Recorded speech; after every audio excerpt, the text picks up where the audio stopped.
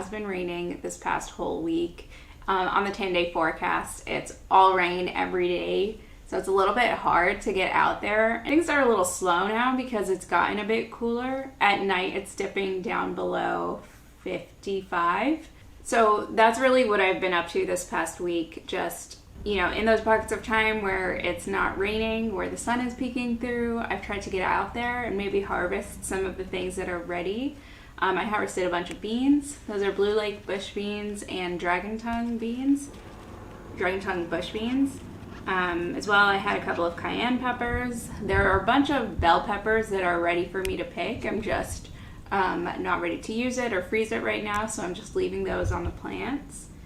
There's tomatoes that are ripening. I just picked and I just ate my first pink Berkeley tie-dye tomato, which was really good. It was really big, which I haven't been able to grow in Alaska in terms of tomatoes, but I'm very happy that I was able to in the high tunnel. Hopefully we'll be getting, you know, a decent amount more before it gets too cold. I am going to be putting the sides of my hoop house down, just keeping them down, and I've gone about and, you know, topped off all of my tomato plants. And more than just topped off, I've gotten rid of all of the top flowers on the plants just so that they can put all of their energy into, you know, growing the fruit that have already started to develop and ripening those.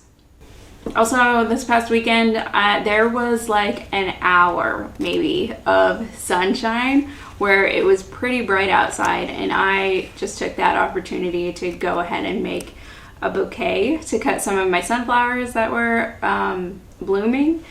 This is the bouquet here, but I'll show you the process of me cutting the flowers, putting it together. So the sunflowers that I use are procut plum. Those are what's blooming for me first, and I think I have one, I don't know, I'm not sure what the variety is. It's this dark red bloom that one of my neighbors had actually given me as a seedling. All she told me was that it bloomed red and not the variety name. I put those sunflowers in a vase. Well, I was thinking, you know, maybe I would have enough for an only sunflower bouquet, but realized it wasn't enough. I went and I picked some branches off of this tree that we have in our backyard. It's called a mountain ash tree, or I believe it's also called a rowan tree.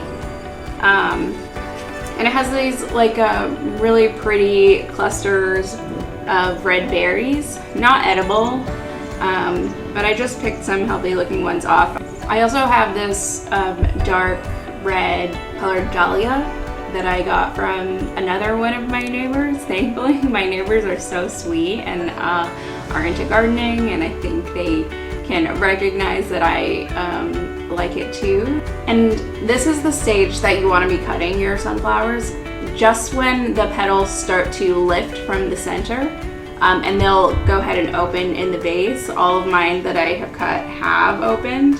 Yeah, I love the plum colored sunflowers. I think it's just got such like a romantic kind of vibe to them.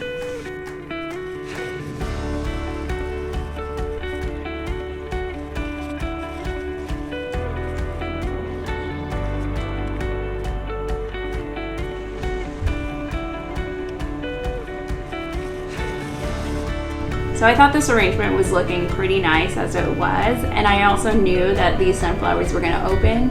But then I remembered that I had a bunch of other flowers that were cut and that were just, you know, not arranged but inside in a vase. So I brought those out and fit in a few extra things that just gave a little bit more interest, gave a bit more depth to the arrangement.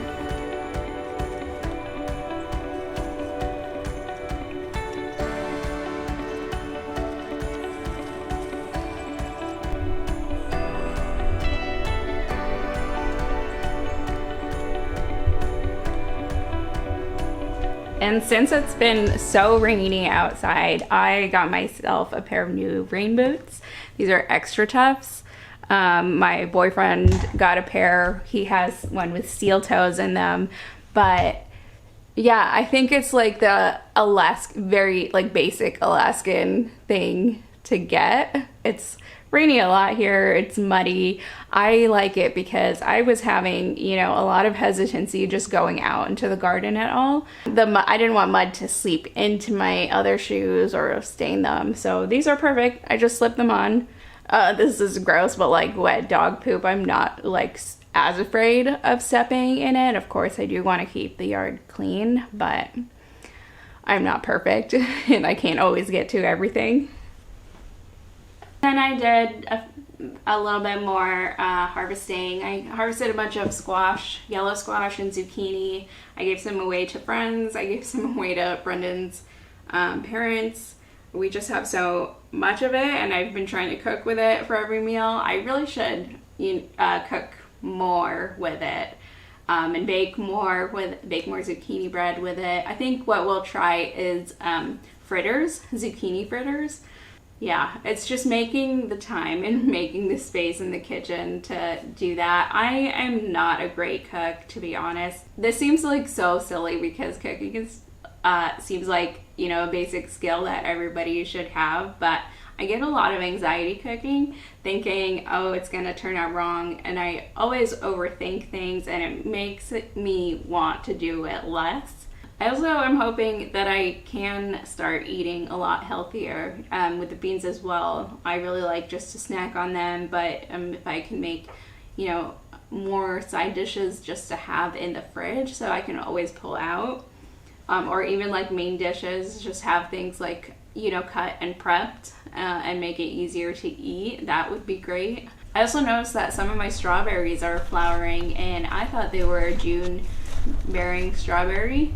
I'm not really sure. These were planted already once we moved in, and wasn't expecting to see that. I hope we get more strawberries. That would be amazing. I have a couple of heads of cabbage that are ready. I'm just not sure what to do with it yet, or how I want to cook them or store them, so I'll leave that until I'm ready and I know what I want to do with it. Something else I did this weekend was cleared out one of my planters in the yard. It had a bunch of snap peas on it that either my dog or my friend's dog had, you know, pulled down. It got deformed. There were some last, you know, bits of snap pea that I was able to harvest from that, but I just dumped it all in the compost. And whenever I put a lot of greens into the compost, I also like to put some browns or some, you know, source of carbon. So either twigs that I have lying around, we have so many at our house for some reason, or I have like a stack of cardboard that I keep out there and just shred up as I need it. And then while I was composting that, I decided to look around the garden for what else I could compost. This bed at the side of the house, at the back of our house, that's on, you know, a very shaded side. It only gets like a couple of hours of intense afternoon sun. I planted some borage there, which is nice to see. It's so much. Some extra snapdragons. I have a second year Orangium in there. I have a first year as well on the end of there, but this is a bed that hopefully I'll think more clearly in the future of what I want to do with it exactly. And then I did some weeding around the raised bed. There were a ton of weeds in there. I did put cardboard underneath, but it didn't fully cover the bottom of it. And also we just have a ton of weeds coming from everywhere because I haven't not been keeping on top of like the lawn maintenance or the weeds in other parts of our garden.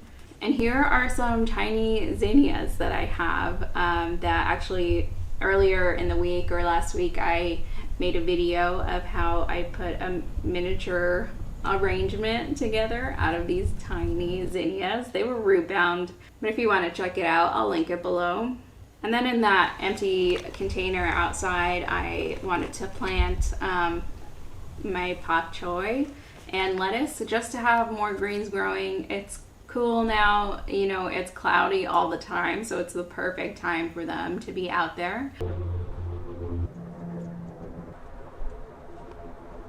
I also checked up on Brendan's work downstairs. He's putting a door in. So we have a split level house and we're essentially trying to have a unit of its own downstairs. You know, a place where we can have guests over, where we can rent it out if we need to.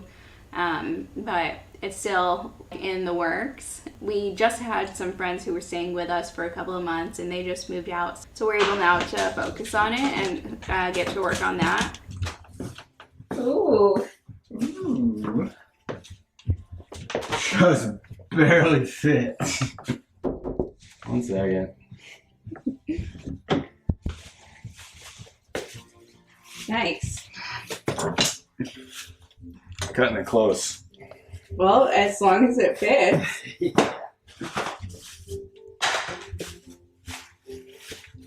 Well, what do you think about, you know, those thick glass blocks that aren't really see-through? Yeah. Put those up there. Good.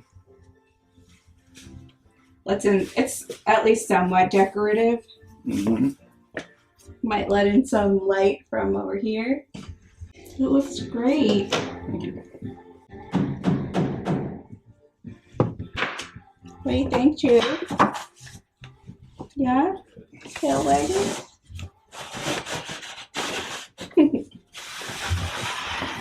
More chew running down here. Maybe. And we can still paint it later, right? Or Yeah. white actually looks great, I think. This isn't paint, this is just primer. Okay, well, we can keep it primed or paint over it white. Another white. So you're just going to put a wall around it now? Yeah, I'm gonna sheet right. Well, I'm gonna insulate it first so we don't gotta hear anybody. Okay. I mean, this is a hollow core door, so you're still gonna hear some Hollow noise, core. but I'm gonna Okay. insulate around it, then sheetrock it, and then trim it, and then we should be good. Okay. And then figured I would be, you know, a little bit productive indoors while it's raining out. I've just been taking the tape off of cardboard boxes, keeping them in a pile, either for compost or for creating new flower beds. What I'm also have been doing is sketching out some ideas of how I want the garden to look in the backyard. Not just more raised beds for, you know, gardening vegetables in, but I would love to have, not necessarily natural, but in the ground flower beds.